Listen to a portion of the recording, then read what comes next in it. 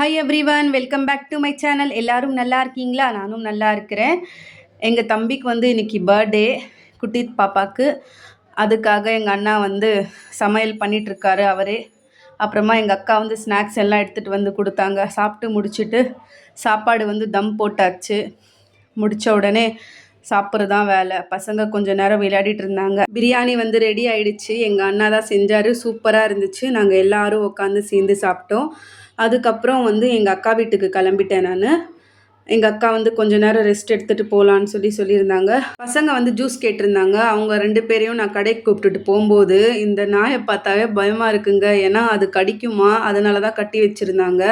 அதுக்கப்புறம் எங்கள் அக்கா வீட்டுக்கு போயிட்டேன் நான். இந்த பில்டிங் பார்த்தீங்களா, பழைய காலத்து பில்டிங் மாதிரியே இருக்குது. நல்லிக்காய் மரம் ஒன்று இருந்துச்சு. எங்களால் எட்டி அது பறிக்க முடியல. சரின்னு சொல்லி வந்துட்டோம். பார்த்தா ஒரே குரங்குங்க அட்டகாசம் பண்ணி வச்சுருக்கு எங்கள் அக்கா வீடு. பாருங்க, பின்னாடி போய் நான் சுற்றி பார்த்துட்டு இருந்தேன். இந்த கனகாமரம் பார்த்தீங்களா, கனகாமரம் செடி.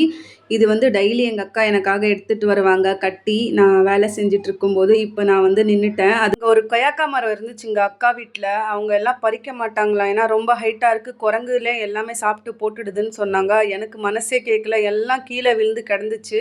எது நல்லா இருக்கோ அது மட்டும் எடுத்துக்கிட்டேன். பாருங்களேன் எப்படி பிச்சு போட்டிருக்குன்னு சொல்லி.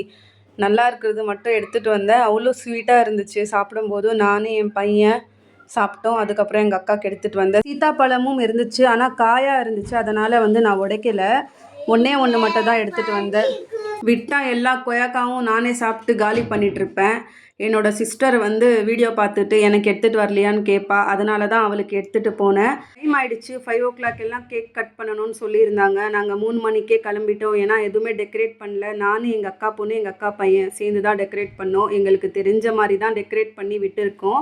ஏன்னா பலூன் எல்லாம் கம்மியாக இருந்துச்சு, அதனால் கொஞ்சமாக தான் டெக்கரேட் பண்ணோம். கேக் சூப்பராக இருந்துச்சுங்க. அப்புறமா பர்த்டே பாய் எல்லாரையுமே போய் கூப்பிட்டுட்டு வந்துட்டார். அவங்க ஃப்ரெண்ட்ஸ் எல்லாம் பக்கத்து வீட்டில், எதிர் வீட்டில் இருக்கிறவங்க எல்லாருமே சூப்பராக செலிப்ரேட் பண்ணாங்க.